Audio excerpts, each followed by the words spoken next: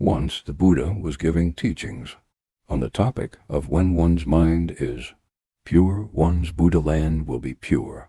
Sariputra didn't understand the teachings, thinking if it's true the purity of the Buddha field arises from purity of mind, does it mean that the honored one's mind was impure during his causal stage? Otherwise, why is his Sahā world so filthy?